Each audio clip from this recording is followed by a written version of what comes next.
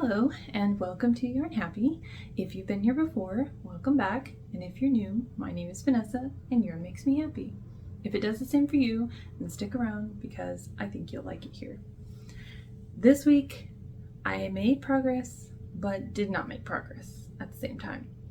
What I mean by that is I spent a lot of time sort of playing around with Tunisian stitches for the socks and not really getting anywhere. I figured out what doesn't work and that's about it. Until I found a really great pattern. So thank goodness for the geniuses out there who come up with this stuff. Anyway, I'll show you a little bit of what I did besides the socks. I put a little bit of length on the kiwi panel, but it is not done. And the other two colors are not started either. So this is all that I've done on that. And then I spent the rest of the time fiddling around with the socks. I mentioned buying some Tunisian hooks last week.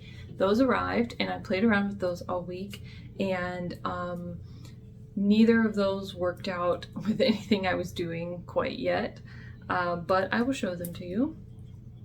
I have this set of double-ended hooks from Knit Pal, which is just, I found them on Amazon. And I like these okay. I mean, I knew they were cheap. I knew they wouldn't be like super amazing quality. They're bamboo hooks, but they are kind of grabby. So especially on the wool yarn, it really sticks whenever you're trying to work with it. So that makes it a little more difficult. And it also makes it more frustrating when you are having to frog and redo things. The fact that the hooks are not smooth and a little bit difficult to work with just kind of adds to the aggravation of trying to figure something out. But that's okay. They're really just for testing purposes. And then I bought, and I don't know if maybe I put some oil or something on the wood, if it will start to smooth out a little bit. I did notice the ones that I worked with started to kind of work a little bit better after a little bit, so I think that they kind of warm up, they get some oil on them, and they work out a little bit better. I also got these fixed cord double-ended hooks, which I think will come in handy.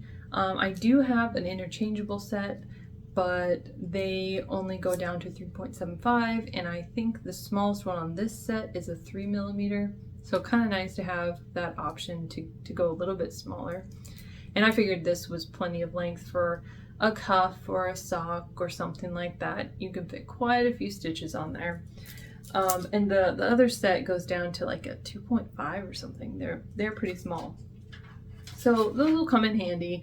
But like I said, everything I tried to do with them didn't really work out. What I discovered was that despite the fact that my panels are really stretchy. I mean, they're more stretchy this way, but even stretchy horizontally. I discovered that creating ribbing in the round with Tunisian is not stretchy at all. Not even a little bit.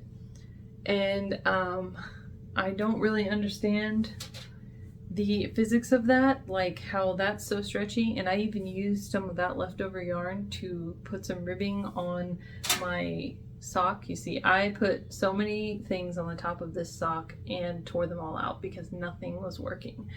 But what I discovered, so I made this little swatch with a different scrap yarn. This is just 100% acrylic, but the result was really kind of the same in the wool, nylon, and the acrylic. This is the, where the return passes. This is the horizontal way, just like you would have with normal ribbing, and it has no give at all. I mean, hardly anything. And then tons of give diagonally and vertically.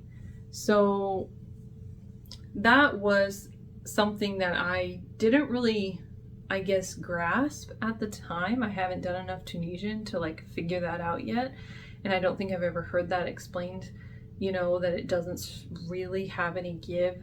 And I guess it kind of makes sense because you have that return pass going across this way, that it sort of gives it that stability.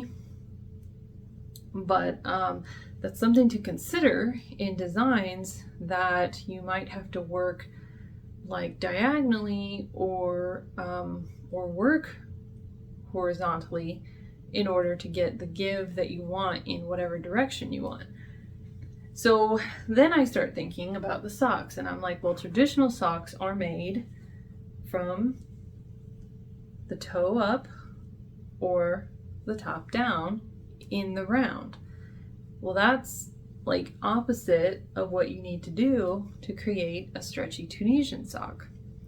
So, you know, I started thinking about what I could do, but I didn't get very far before I discovered the really great pattern that is pretty much exactly what I was looking for.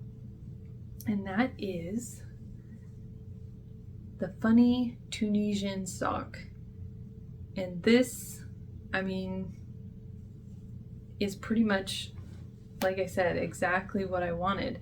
I made this one with some of my leftover hand-dyed fingering weight sock yarn, so exactly the kind of yarn that is needed for it, and it has amazing stretch because it has all these diamond patterns on it instead of being worked, and it is worked from the toe up, but it's worked, you know, with every diamond instead of in the round.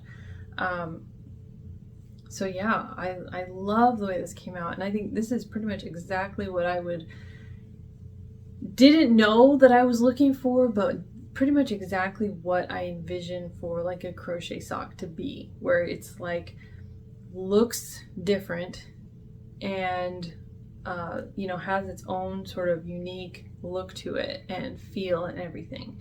So really love this. It is this particular one, I made the medium. It's a little big for me. I wear a women's 9.5, and it's probably more like a 10, 11. It's just, it fits perfectly. Like, I'll show you a picture of how it looks on my foot. It fits, but it doesn't have to stretch to go over my foot. So it fits, you know, a bit loosely. So I am going to give these to a friend. You know who you are, when I get the other one finished. But I'm going to go down in size and make the small next and see how those come out. And with this design, I'm really looking forward to using all those fun sock yarns that I bought and showed you last week. I mean, can you imagine how cool those are going to look with this design? So, I mean, this is, yeah, I mean, this is pretty much it. Case closed. I found it. But the good thing is that this is made with the Tunisian knit stitch, but you could use any stitch. I mean, as long as you know how big your squares need to be and you adjust the stitch count to make sure the squares are the same size as what will fit you. You could use any Tunisian stitch or stitch pattern as long as you just adapt it to the kind of ripple design there. And you could create all kinds of stuff and do different color combinations, and yeah, I mean, super cool.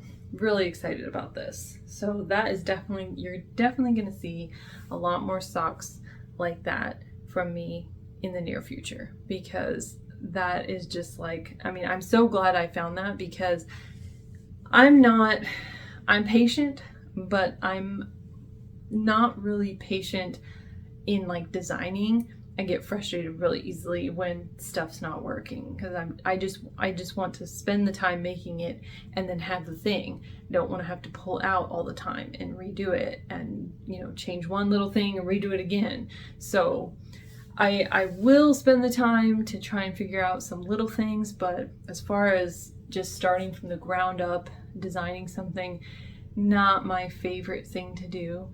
So thank you so much for that pattern. I think her name is Violetta. Thank you so much for that pattern. I love it. So next I'm going to show you some, I did mention also I had some more yarn coming. This I ordered from Premier 2 or 3 weeks ago, and they always kind of take a while to ship. So I did finally get that. And this was a sale that they had on some Cotton Supreme, some Universal Yarns, Cotton Supreme DK. And this is really, really soft. Like, for cotton, I like cotton. It's not my favorite. It kind of like, some cottons can kind of like give me like kind of the heebie-jeebies when I feel it. Like, especially the sort of like bumpy cotton. Ooh, I can't use that. But some cottons are okay, some weird me out. This one is really nice. Feels really good. And it's 100% cotton. It's not blended with anything. Which when I first felt it, I was like, oh, maybe this is like a cotton acrylic or something. But nope, 100% cotton. So I got, let's see, 5 colors. And this first one is called Apricot. And I got 2 of these. And these they are 100 grams, 230 yards. And they were on sale for $3 each, I think. Originally like 12 bucks or something like that. It's so nice. So, I mean, $3 each, can't beat it. And this next one is called Adobe. I really like that. And I am such a sucker for kind of that weathered look. So, you know, I saw these and I could not resist. The next color is Brindle. And I only got 1 of these. I got 2 of the Apricot, 2 of the Adobe, 1 of the Brindle.